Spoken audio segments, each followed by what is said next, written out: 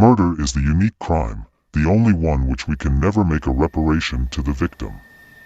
P. D. James. Footsteps hit against gravel as a man not much older than 50 years of age briskly walks through the narrow path of a forest. In his hands is a folder containing months of hard work. All in a folder, he is rushing to get to the police station, and the path through the forest is the quickest way.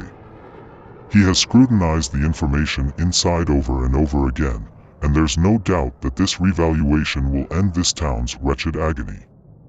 But he can't shake the feeling of paranoia creeping into the corners of his psyche, making his heart rate fasten and his palms dampen.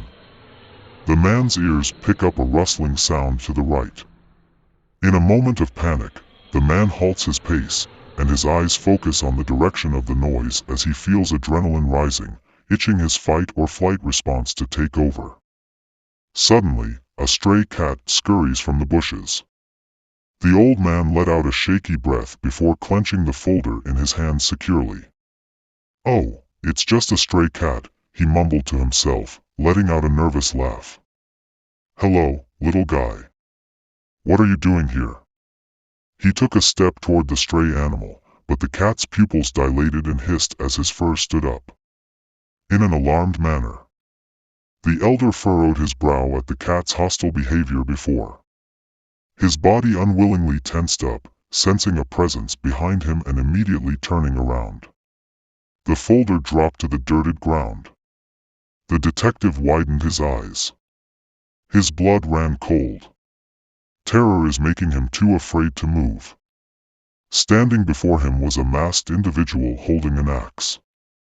The stranger lifted the axe, and before the man could let out a scream, the axe struck into his jugular, and blood spat out of his wound. The stranger removed the axe, and the detective made a sound similar to a gurgle as he put a hand to his wounded neck. The axe was raised again. The axe hit the other side of the old man's neck, and he let out a strangled gasp. He fell to his knees in a pool of his own blood. The maniac was looming over the dying man, a bloodied axe in their grasp. The man felt his life slip away as his vision began fading. He sluggishly blinked as he watched his murderer bend down, pick up the dirted file folder, and stand up. With all the remaining strength the man had, he reached out and made a strangled sound. The stranger tilted their head slightly, as if taunting the dying man, then turned around and walked away into the night, leaving the detective to succumb to his death. Okay, get me a copy of that folder. We're gonna need another detective on the case as soon as possible. Asterisk, yes sir. Knock. A woman with H/C hair opened the door. "Ah, Sheriff Whitelock, what can I do for you today?" The woman spoke with a smile. "Good day, MS Evans. I've come to you with a request," the man said politely before warily looking over his shoulder. "Oh well, what may?" "So another murder, huh?" a red-headed officer said, shaking his head mournfully. "It's the second one this month." "Indeed it is, Sheriff Whitelock," an officer answered, scribbling down words on a notepad. "Are you informed of who was murdered, sir?" the officer inquired, letting his pen hover over the page as he glanced up at his superior. "No, I am not. It was Detective William Gray, Sheriff," the policeman revealed, shifting his gaze back to his notes and continued documenting. The sheriff stared at his colleague for a few seconds. "Are you sure it is the detective?" he asked. "Yes, sir.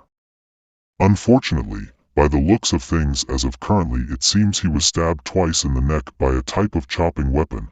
We're examining the body for further evidence. But we theorize it's the same killer who's been terrorizing the town for a few years now." The officer replied.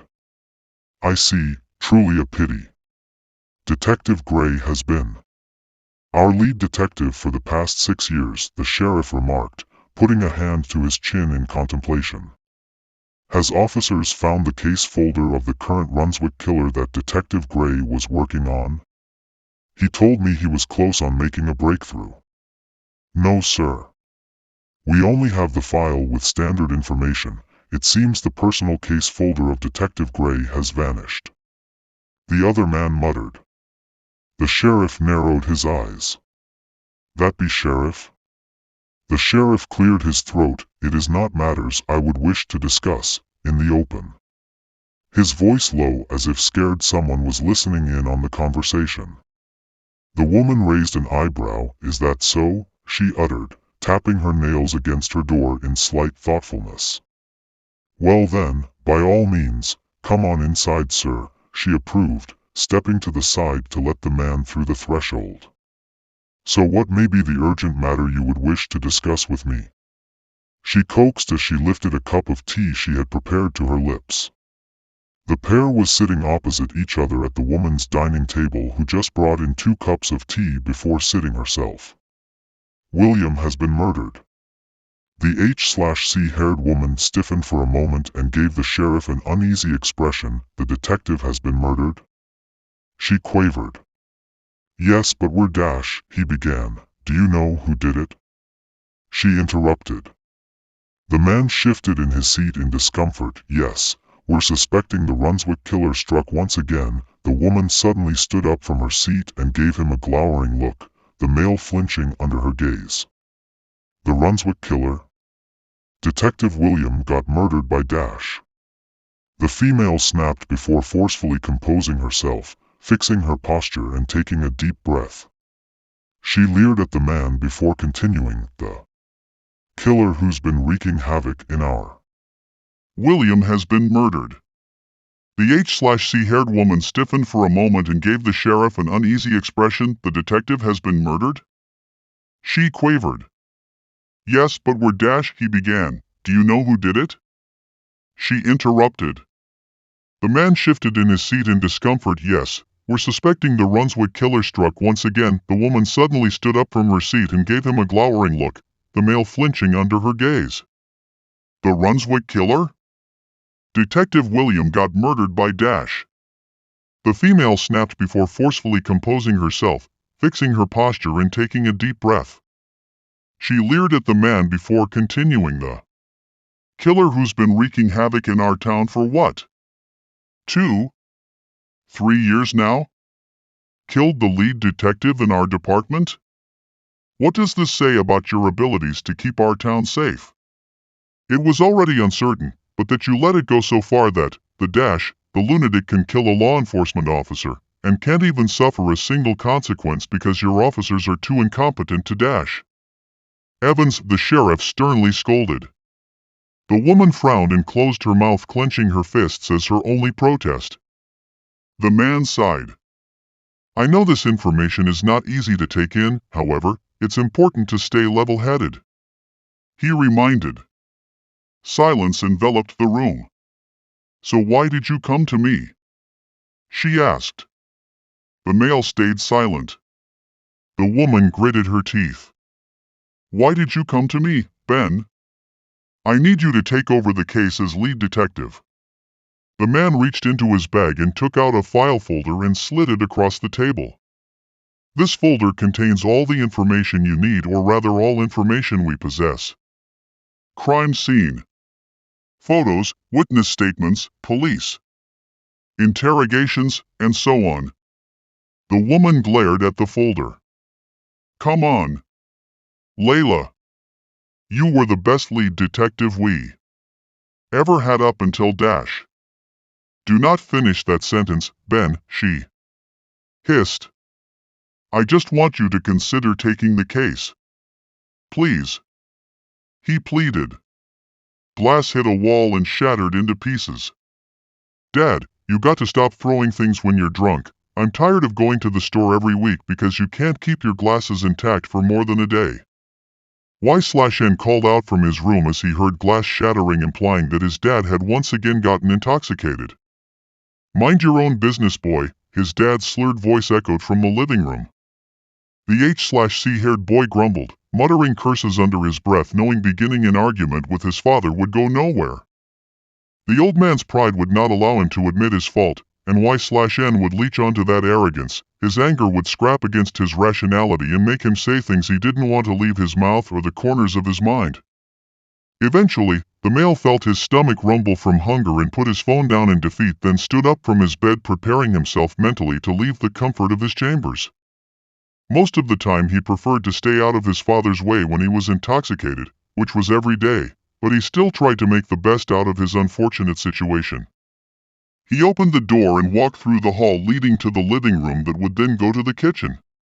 He and his dad lived in a cramped apartment. It wasn't much, but taking into consideration his father's low-paying job combined with his drinking problems, Y/N was just happy he had a roof over his head, a bed to sleep in, and enough food to at least not starve to death.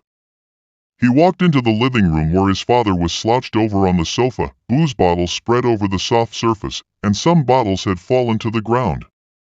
His father was staring dazed at the television. It was a pitiful sight, how he let himself fall so low. As Y/N was about to step into the kitchen, he heard his father's nagging voice, "Hey, boy, do your old man a favor and grab a beer from the fridge for me, will you?" Even though it was phrased as a question, Y/N knew it was more of an order. He clenched his jaw, forcing himself to suck up his pride to avoid conflict, and took a deep breath. "Sure, Dad," he said.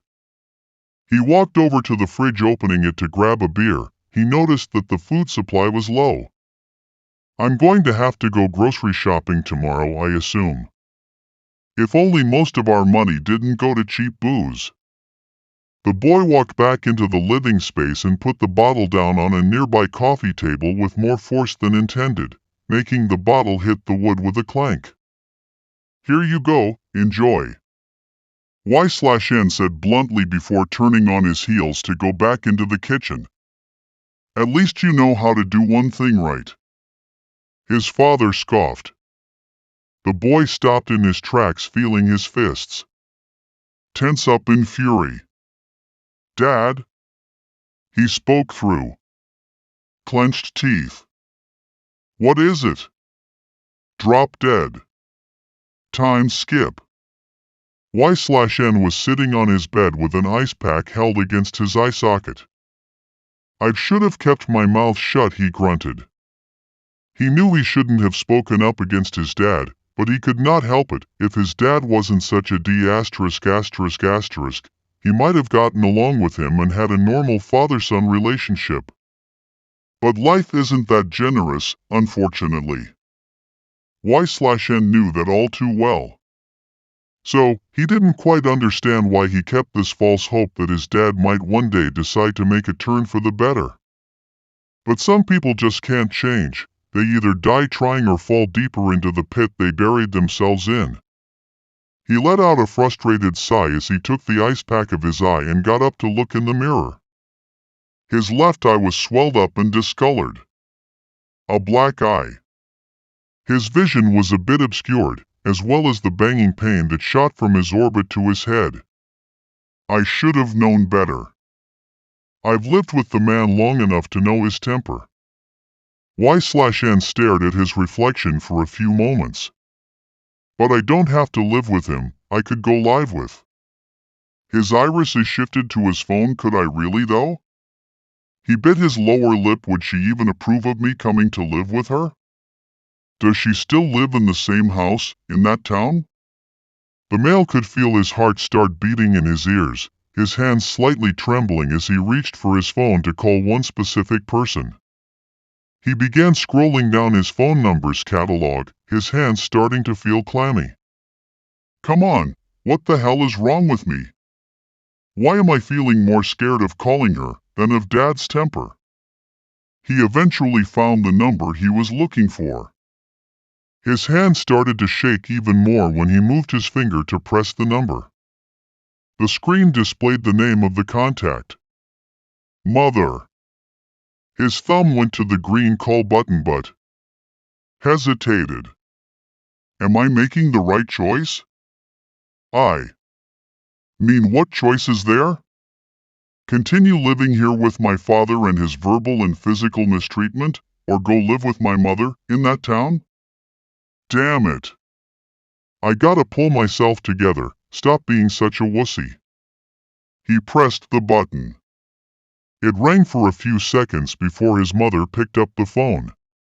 The sweat dropped and put the device to his ear. Y/N. Hello? How are you, dear? The cheery voice of his mother came through the speaker. Hey Mom, I'm Dash, fine. How are you? He responded, I'm good. Is there a reason you are calling me today? The woman inquired teasingly. Suddenly the male felt his throat close up, preventing him from forming a sentence. Y/N dear. Are you there? She asked. Yes, Mom, I would like to ask you something, or I guess ask for a favor.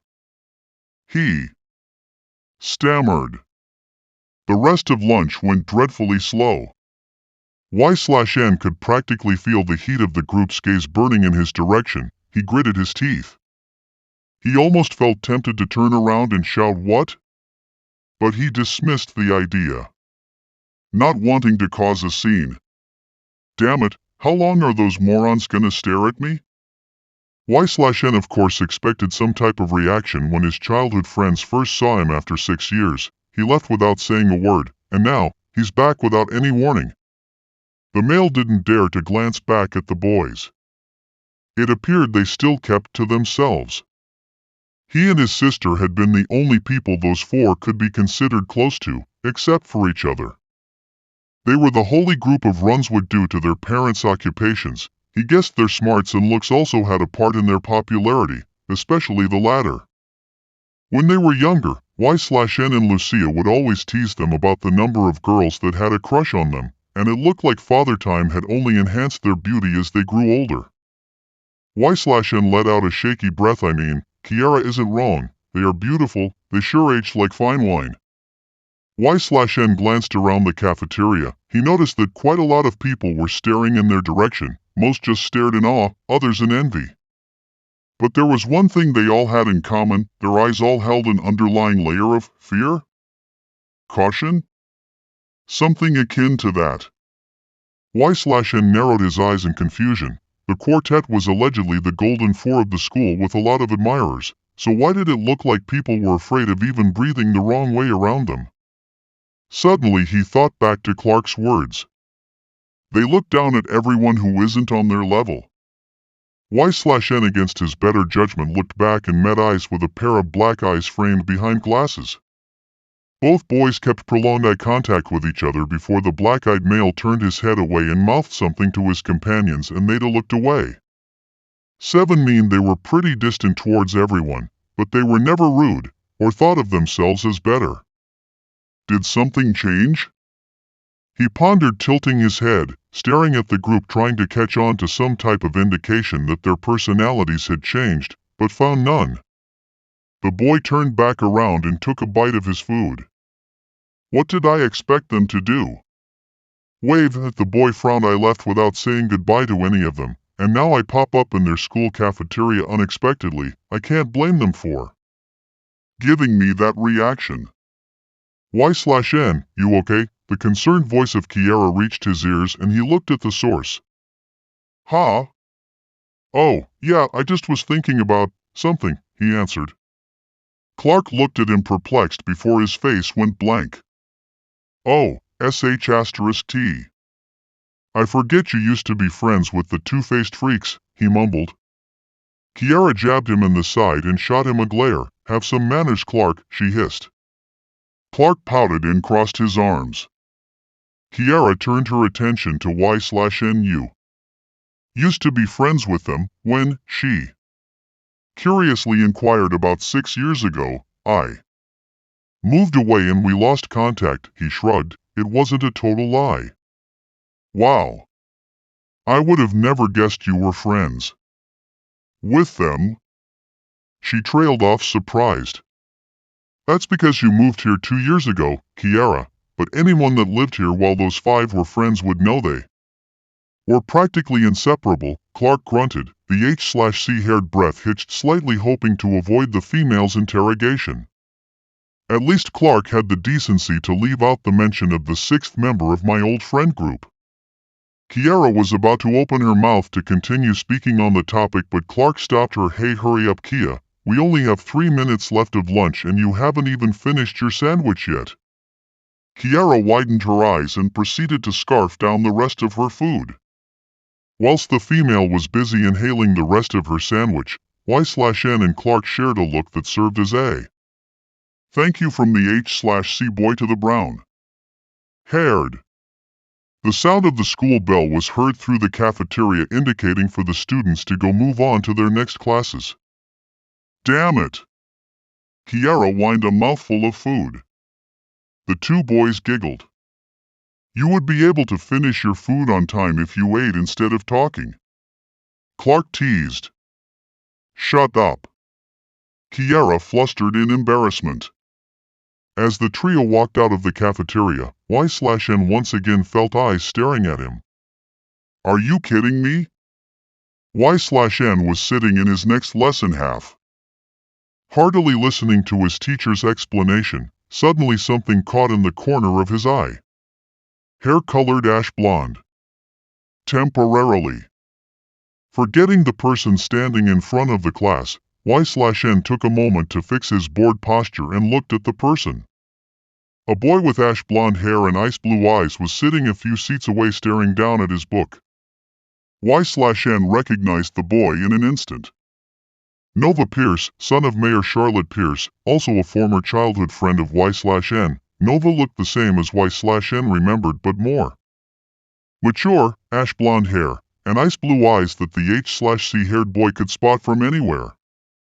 He had white studs, and his uniform sleeves were rolled up to his elbows, showing off his toned forearms.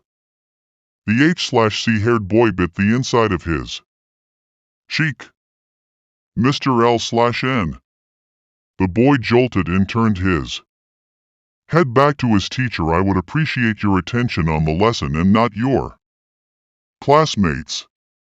The teacher scowled. Sorry, Mississippi. He bowed his head in embarrassment. The teacher glared at him for a few seconds before she continued with her teaching. Y/N failed to notice the small grin the ash blonde male a few seats away had on his lips. Y/N was walking next to Kiara. While the black-haired girl was happily blabbering, Y/N felt the hairs of his neck stand up. It feels like someone is watching me.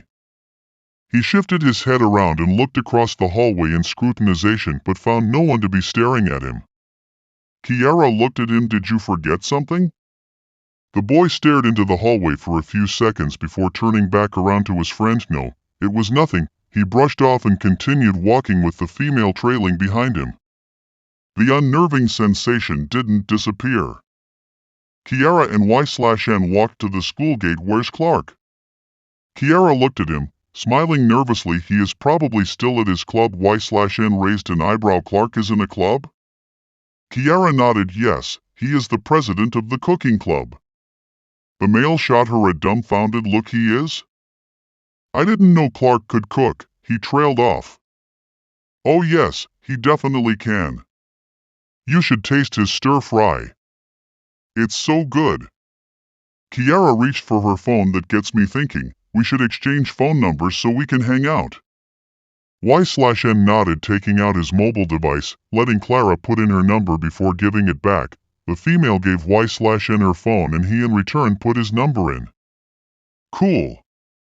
Thanks, Y/N. Y/N smiled at her. No problem. The bus ride from school was peaceful. The H/C haired boy found himself closing his eyes in a daze and began drifting off. A young boy was sitting on his bed in his room with tears in his eyes as he heard the voices of his parents arguing downstairs. She's gone, Layla. Our daughter is dead and it's his fault. The woman was crying as she tried to calm down her husband. It isn't his fault.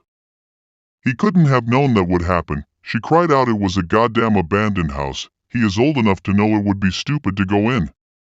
The boy closed his eyes and tried to block out the noises. I can't continue living here. The old man's voice echoed through the house, making Y/N's blood run cold. What? The woman's tone was frantic. You heard me. The female's voice began cracking, hysteria melting over the edges. And no.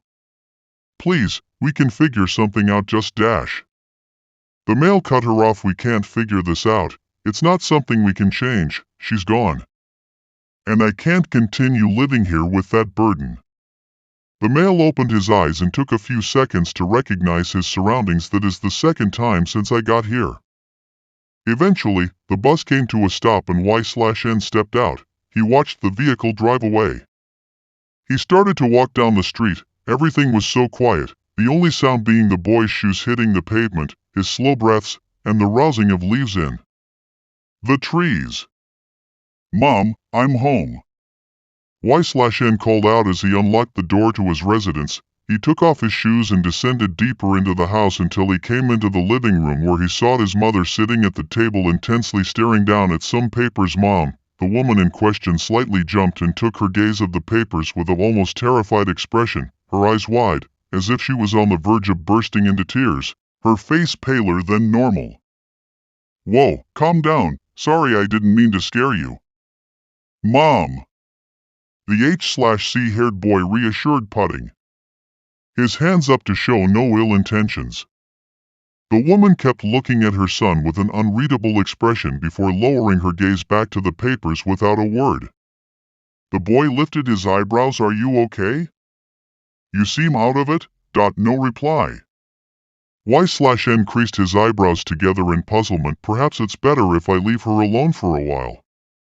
With that thought in mind, he began moving his feet toward the second floor. As he was about to entire his chambers, he stopped, his eyes sliding over to a door in his peripheral vision, and felt his throat closing as he pondered his choices. Screw it, he moved towards the door, but as he put his hand on the doorknob he shivered. Calm down, it's not like her ghost is going to stand there. His body moved faster than his brain could think. He opened the door with more force than necessary. Y/N gawked into the room, not believing his eyes. The room was completely clean, the bed was neat, the desk was lined up with pens, books, and a diary. It was as if nothing had changed from the last time he saw the room. He felt bare in the space before he could regret his actions. He stepped inside.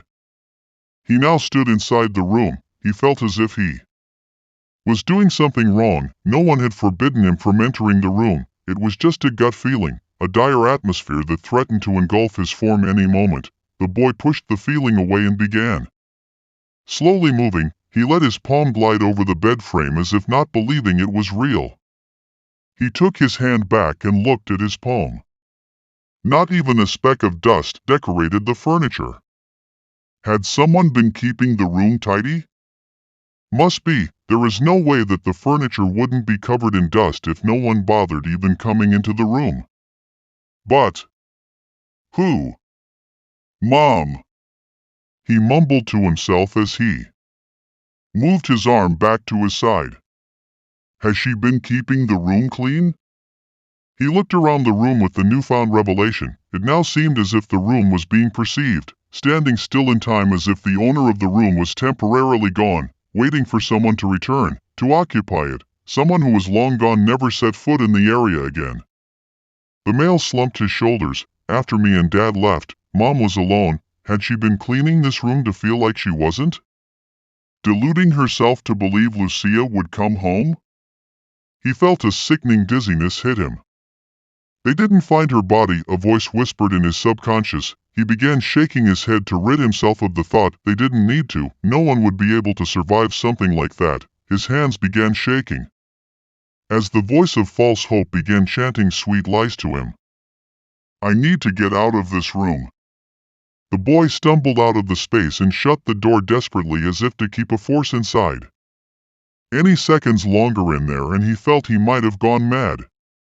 The buzzing sound of his device came out of his pocket and his heart nearly leaped out of his throat. He reached toward his phone and saw a notification from Kiara. He unlocked his phone and went to his messages.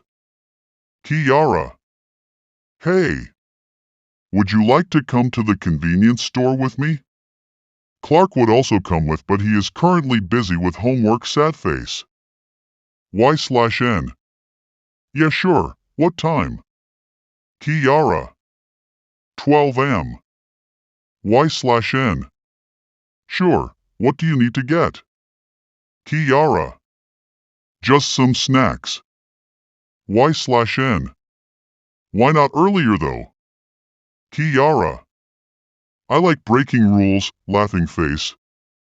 And this convenience store is the only one with good chips. And it is only open from 12 am to 8 am. Y/N. What rule? Kiara. You don't know? Y/N. No? Kiara. There's a town curfew. Everyone is highly advised to stay inside after dark. Y/N. Why? Kiara. Okay, bye. See you later. I'll wait for you by the town sign since the convenience store is a little bit out of town. Happy face. Y/N. Sit. What asterisk? Wait. Why is there a curfew? Hello? You there? Oh, come on. Y/N did not get a response from Kiara after that. Dinner went by surprisingly silent. His mother had made soup for the both of them, but the woman was not eating. She was stirring her spoon in the food with a blank look. Mom, are you okay? He asked, to which the woman glanced up at him through her lashes. No response. The boy pursued his lips together and looked away. What's with her? After the evening meal, his mother left the table without a word, and Y/N took it upon himself to do the dishes and vacuum the bottom floor to relieve his mother of some household tasks before heading back up to his room. Time skip. It was now almost 12 am and Y/N had decided not to tell his mother of his trip to the convenience. He figured since it was advised to not leave the house after dark, his mother would not allow him to go outside if he told her. He walked down the dark streets of Brunswick until he finally reached a sign of the town indicating your arrival or departure. Leaning against a lamppost was a dark-haired girl wearing a light yellow jacket. When she saw him, her face lit up. Hey Y/N. Thanks for accompanying me. Of course. The pair walked through the path of what appeared to be the outskirts of a forest. Kiara had told him it was the fastest way. Eventually, the two saw the lights of the convenience store and they unconsciously sped up their footsteps. Neither of them wanted to be in the dark much longer. There it is, let's go in and buy some snacks. But the H/C-haired boy shook his head lightly. You can go, I'll stay here. Kiara gave him a conflicted look. Are you sure? The boy nodded yes. I'll stay in the light, don't worry, I'm not a fan of the dark. Kiara slowly nodded and turned out to walk into the store. The boy let out a sigh. I just need some time to collect my thoughts. He looked down at his feet in consideration. The dream I had on the bus. His heart skipped a beat at the bitter reminder. He felt his eyes slightly burn and he frowned in resistance. I can't let a flimsy dream get to me. Was it even a dream? Shouldn't it be considered flashbacks? He closed his eyes to avoid the pool of emotions beginning to creep up. He felt a firm hand being placed on his shoulder and he swirled around and stared back at ice blue eyes. His heart was beating faster than normal, not only because of the pressure of suppressing unwanted memories and emotions, but also because he now stood face to face with none other than his childhood friend, Nova Pierce. He noticed he had a few tears in his and quickly went to wipe them. He flinched when he felt the stinging pain of his black eye. It wasn't as visible as it had been, but if you looked well enough you could still see the discolored skin around his eye. Nova stared at him with an unreadable look before he pulled his lips into a small smile. Hello, fancy seeing you here. Y/N gulped. This wasn't the reunion he had expected, in the middle of but F***K, nowhere in the dark, and himself being on the verge of a mental breakdown. Nonetheless, he answered back. Hey. Nova. His tone was uncertain, as if he was about to regret opening his mouth to begin with. Nova smiled at him and blinked his eyes, his eyelashes fluttering over his eyes in an angelic manner. The color of his eyes almost lit up the dark path more than the lamppost did. What are you doing out here? he questioned, his voice a soft murmur as though he knew the H/C-haired boy was about to break down just a few moments ago. Y/N cleared his throat and waiting for a friend to finish buying something. Nova hummed, "I see, and is there a reason? You guys are outside at midnight in the middle of nowhere buying something when you could have gone at a much earlier time at the local grocery store?" he challenged, raising a brow. Y/N snickered. "Well, my friend says this is the only store that sells good snacks, and it's unfortunately only open at the most ungodly hours," he shrugged. "Can't argue with that. And what are you doing out here in the middle of nowhere at midnight?" he joked. The ash blonde grinned at him. "Well, for almost the same reason you are. The others are hanging over and Roy only drinks the energy drinks that this convenience store sells. So it's of course my job as lapdog to get it for him, and Elio said he also wanted something, so now I'm running errands." Y/N nodded. He could feel his muscles go taut. The mention of names he hadn't heard in a while was like a cold bucket of water had spilled over him, making a chill go down his spine. He didn't understand why he felt this way. Was it guilt? Perhaps, but before the boy could immerse himself in his self-pity, a voice broke him out. "So, why are you back in Runswick?" There it was. He couldn't say he didn't expect the question. It was the big elephant in the room. "Hello, fancy seeing you here." Y/N gulped. This wasn't the reunion he had expected, in the middle of but F***K, nowhere in the dark, and himself being on the verge of a mental breakdown. "Nonetheless," he answered back. "Hey, Nova." His tone was uncertain, as if he was about to regret opening his mouth to begin with. Nova smiled at him and blinked his eyes, his eyelashes fluttering over his eyes in an angelic manner. The color of his eyes almost lit up the dark path more than the lamppost did. "What are you doing out here?" he questioned, his voice a soft murmur as though he knew the H/C-haired boy was about to break down just a few moments ago. Y/N cleared his throat and waiting for a friend to finish buying something. Nova hummed, "I see, and is there a reason? You guys are outside at midnight in the middle of nowhere buying something when you could have gone at a much earlier time at the local grocery store?" he challenged, raising a brow. Y/N snickered. "Well, my friend says this is the only store that sells good snacks, and it's unfortunately only open at the most ungodly hours," he shrugged. "Can't argue with that. And what are you doing out here in the middle of nowhere at midnight?" he joked. The ash blonde grinned at him. "Well, for almost the same reason you are. The others are hanging over and Roy only drinks the energy drinks that this convenience store sells. So it's of course my job as lapdog to get it for him, and Elio said he also wanted something, so now I'm running errands." Y/N nodded. He could feel his muscles go taut. The mention of names he hadn't heard in a while was like a cold bucket of water had spilled over him, making a chill go down his spine. He didn't understand why he felt this way. Was it guilt? Perhaps, but before the boy could immerse himself in his self-pity, a voice broke him out. "So, why are you back in Runswick?" There it was. He couldn't say he didn't expect the question. It was the big elephant in the room. Casually forget there's a serial killer in town? P1248. Y/N shrugged. "Been busy, and I have been here for a day. I haven't seen much of the local freak show."